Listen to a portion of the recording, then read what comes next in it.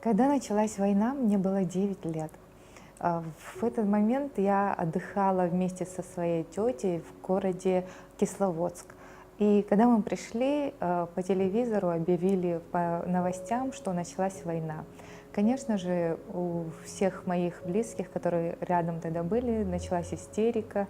Я, честно говоря, не столько, наверное, понимала, что такое война. Я начала их расспрашивать.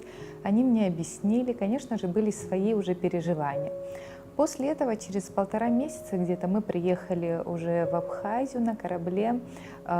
Нас приютила семья ахбовцев в селе Чандара.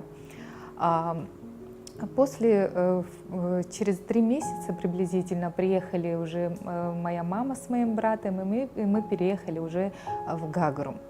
Мой отец воевал, 16 марта погиб на войне, однако мы не смогли найти его труп, то есть не было ничего, и у нас была надежда, что он пока еще жив.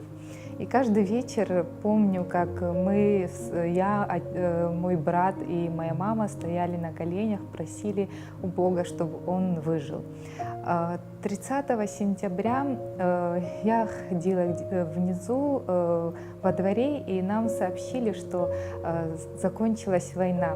Я, наверное, по-детски обрадовалась этому, поднялась наверх и сказала маме: «Мама, ты представляешь, война закончилась».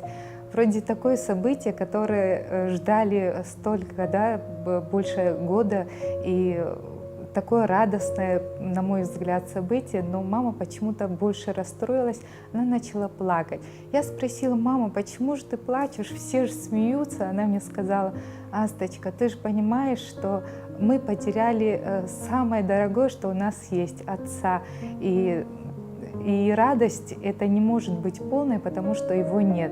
Я тогда начала плакать и действительно поняла, что радость, с одной стороны, победы, что все радуются, слава Богу, сбылась та мечта, за которую воевал мой отец, за которую отдал свою жизнь, но с другой стороны, это потеря, которая никак не может быть полной, потому что нет рядом того близкого человека, за которого, конечно же, болит и сегодня душа.